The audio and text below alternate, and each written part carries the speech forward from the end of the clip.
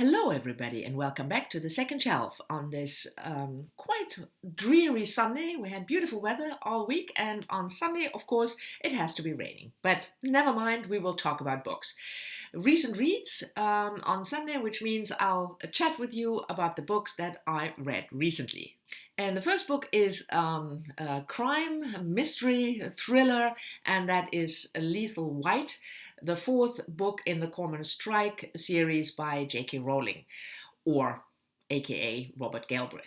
The book was published month ago, beginning of September, and if you follow my channel, you know that I really enjoy the series. I read all three previous books, so I was looking forward to this one. This book again features Cormoran Strike as private detective and Robin Ellicott, his former assistant, now partner, and the book opens with a prologue just at the end of book three. If you read book three, you know that there was a wedding at the end.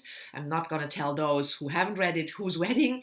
And the book four opens with a sort of looking back on that day, which was good because you as a reader, you had a reminder of what happened and what the situation was and what kind of cases they did in the previous book.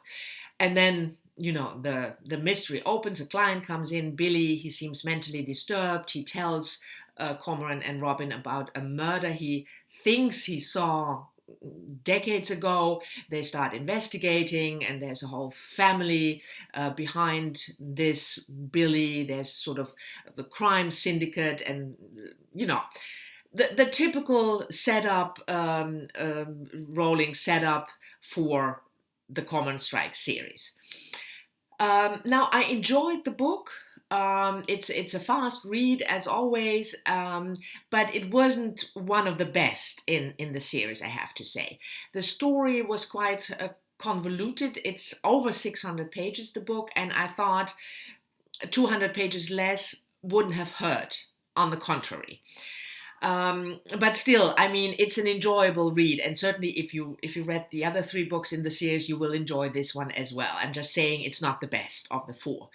And of course, the besides the murder mystery, there's this ongoing storyline about the relationship between Robbie and Cormoran, and Robin and her, partner, and we will see developments there.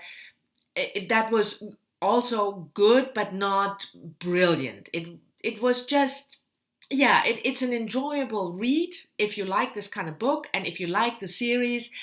And I'm certainly, if there will be a fifth book, I'm absolutely sure, and I will read this as well because I love the series. But yeah, the final verdict is it's just not the best of the four. The next book I read is actually a leftover from the beginning of September, and that's this one, Imbolembue, Behold the Dreamers, first published in 2016. I read this book for the Mel's book club, Read Around the World. I leave the link down below. I mentioned this book club many, many times, in which we read a book written by a female author from a different country each month. And in September, Cameroon, because Imbolembue was born in Cameroon, although she is now living in the United States in New York. The book has centers around two couples. We have Agenda Jonga and his wife Nani. They are immigrants from Cameroon living in Harlem. And Agenda starts to work as a chauffeur for a very rich man, Clark Edwards, who works for Lehman Brothers. And we have Clark Edwards' wife, Cindy, who plays a role in the book. The setting is New York in 2007, 2008, just before, the crash and Lehman Brothers bankruptcy. So that obviously plays a role, but the center theme is the dream of Gender to make a better life for himself and his family in the United States. He is an illegal immigrant. When the book opens, we have this issue of whether he will or will not get a status and what to do then, and what happened when Lehman Brothers crashed. A lot of people love this book. I missed the buzz when it came out in 2016. But, if you look at Goodreads, a lot of people loved it. I didn't. I will leave a link also to Mel's review, because she had the same issues with the book as I did, so you could check out her review as well. I just thought the characters, they didn't do it for me at all. I thought they were very cardboard. It was a lot of cliches about immigration, and the Lehman Brothers aspect of the story didn't work for me at all. But like I said, Mel and I are obviously in the minority here, because a lot of people really love this book. So maybe it's just me. I didn't like it, but if you haven't read it and the story, what I told you, appeals to you, you might want to try it out yourself. The next book I read recently was also for a read-along, and that was The 13th Tale by Diane Satterfield, published in 2006. So I missed out 12 years, for 12 years.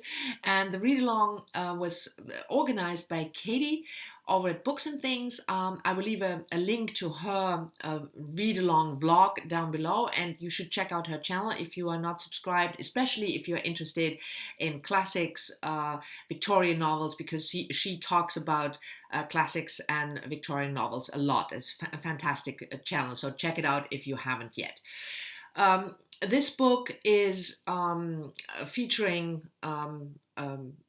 youngish woman, Margaret Lee. She lives with her father and mother above a secondhand bookstore. She's quite a reclusive character, mainly enjoying, books. And she comes across, or she's asked to write the biography of a famous writer, Vida Winter, who is quite old now, and asks Margaret to write her biography.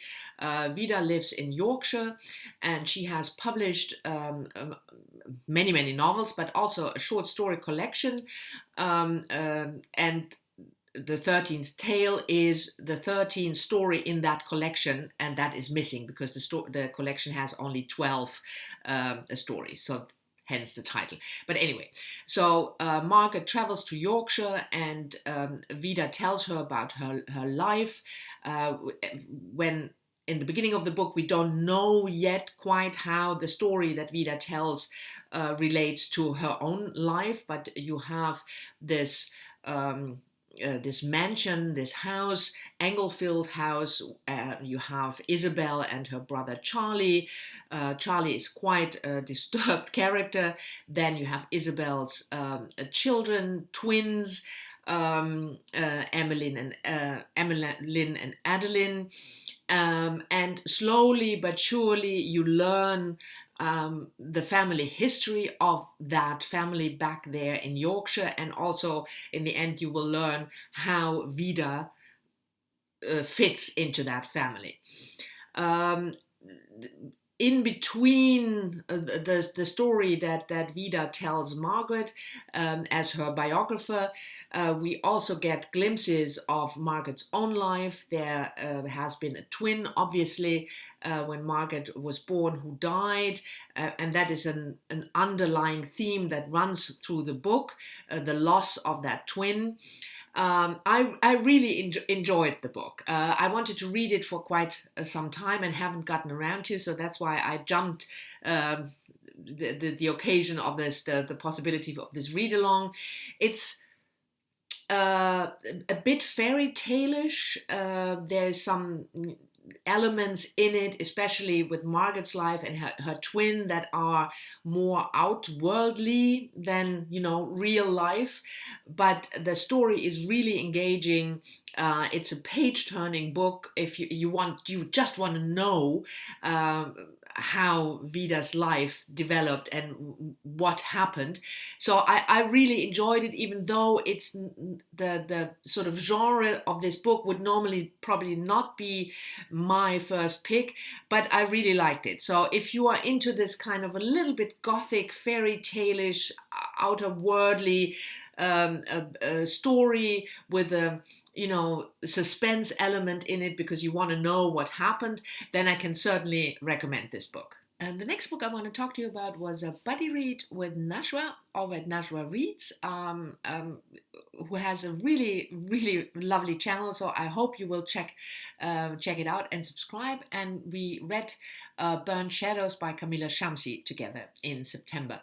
It was published in 2009. And if you're following my channel, you know that I loved Camilla Shamsi's Home Fire, which I read last year, and I wanted to start reading her backlist. Camilla Shamsi is a Pakistani author born in Karachi, and she writes a lot about Pakistani characters.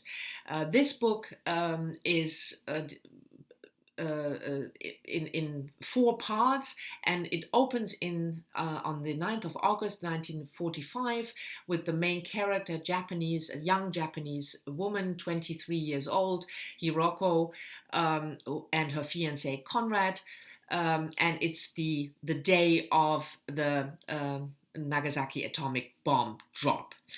Conrad dies, Hiroko survives, and then that's more or less a prologue, and then the book goes on 2 years later when Hiroko travels to Delhi to seek out Conrad's family, his half-sister Elizabeth and her husband, who live in Delhi, and there Hiroko falls in love with a young Indian man called Sajjad. So we have the 1947 episode, and then we jump to 1980 when we meet Hiroko and Sajjad again and their son, and also Elizabeth's son, Henry. A lot of things happening there with the war in Afghanistan, and how Sajjad's son gets involved in that.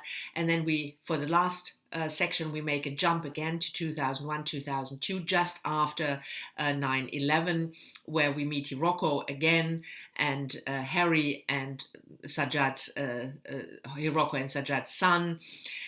So it's a story that spans more than half a decade, centering around this woman, Hiroko, and her family or extended family, and especially Hiroko and Harry, the son of Hiroko's dead fiancé, Conrad's stepsister. That was a long sentence.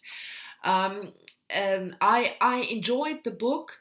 I enjoyed the first 2 parts set in Delhi, and then in the 1980s in Pakistan, more than the last part, which felt to me a bit rushed to wrap up the story. There's a lot of heartbreak in there, I can assure you, and it's a fast-paced read.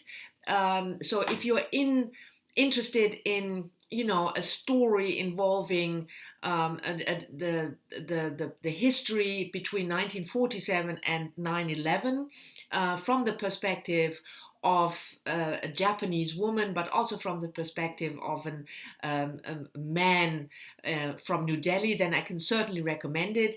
Najwa and I definitely enjoyed the book. And the last book I want to talk to you about is a modern classic, and that is Betty Smith's book, A Tree Grows in Brooklyn, published first in 1943. I read this book together with Olive from A Book Olive.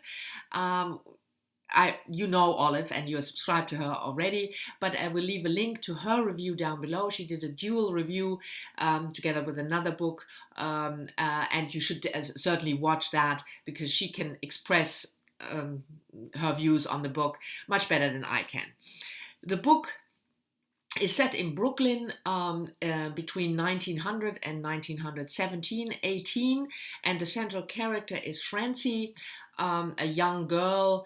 In 1912, she is 5 or 6 years old, but we not only learn her history, in a poor, very poor neighborhood in Brooklyn, but also the history of her mother Katie and her father Johnny, who met in 1900. And Johnny is a singer. He sings at bars, but he's also a drunk, but he's a loving father, and they struggle for money. And you follow this family and the neighborhood in Brooklyn. That's basically, it's a coming of age story, sort of, in that time, in that place. So there are a lot of other characters, Katie's sisters, Francie's brother and friends, and the school, and how they struggle to get by. And what I loved most about the book was the atmosphere. You really, I don't know Brooklyn that well, and certainly not Brooklyn, the beginning of the 20th century, because I'm not that old. But you really get a feel for the atmosphere of that place there, and the neighborhood, and how they, you know, help each other, stick together, but also are envious of each other, and struggle with each other, and this young girl trying to find her way in this difficult time and place. I didn't love the book as much as Olive. That's why you should check out her review, because I thought it was not that successful for me as a novel. It's snippets and anecdotes about Francie's life, and you learn a lot about her development. But it for me, it felt more like an fictionalized memoir kind of book than a real quote-unquote novel. And there is obviously autobiographical material in it, because Francie's youth has quite some similarity with Betty Smith's upbringing. But the writing style is very engaging.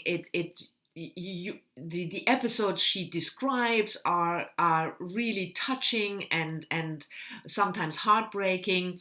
So I can, in a way, I can recommend the book, but don't expect your, straightforward novel with a straightforward plot line, but expect more a book of anecdotes about a young girl growing up in a poor neighborhood in Brooklyn. So this was it for my recent reads on Sunday. Thank you very much for watching. I hope you've enjoyed it. As always, I'm looking forward to talking to you in the comments about the books I mentioned or other books, and I'll see you all soon in my next video. Bye bye.